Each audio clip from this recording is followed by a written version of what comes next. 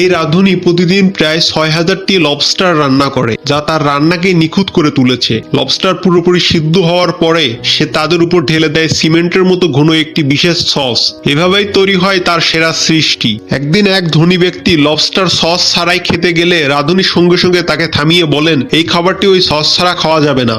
ধনী লোকটি রাঁধুনিকে বিশ্বাস করে লবস্টারটি ওই সস দিয়েই খায়। পরে লবস্টারটি তার এতই সুস্বাদু লাগে সে মুহূর্তের মধ্যে পুরো লবস্টারটি শেষ করে ফেলে, আর রাঁধুনির মুখে ফুটে ওঠে তৃপ্তির হাসি। বিশ্বমানের রাঁধুনি হয় সে প্রায়ই বিলাসবহুল দাওয়াতে রান্না করে, কিন্তু এবার তার দরকার ছিল একজন সহকারী। একদিন সে দেখে রাস্তার ধারে এক মেয়ে রান্না করছে। তার পরিচ্ছন্নতা আর মনোযোগ দেখে মুগ্ধ হয়ে রাঁধুনি তাকে সাক্ষাৎকারে ডাকেন। পরীক্ষা ছিল একটাই, ভাজা ভাত। রাঁধুনি ঘোষণা করে, যার খাবার সবচেয়ে ভালো হবে সেই হবে আমার সহকারী। মেয়েটি বেঁচে যাওয়া ফ্রিজে থাকা ভাত নেয়, একটি ডিম যোগ করে আর খুব সাধারণভাবে ভাজা ভাত শুরু করে। অন্যদিকে আরেক প্রার্থী তাজা উপকরণ, মাখন আর দৃষ্টিনন্দন সাজে মন দেয়। শেষে রাঁধুনির সামনে থাকে দুটো সম্পূর্ণ আলাদা খাবার। সে না চেখেই শুধু গন্ধ নেয় আর তার সঙ্গে সঙ্গে সিদ্ধান্ত জানিয়ে দেয়।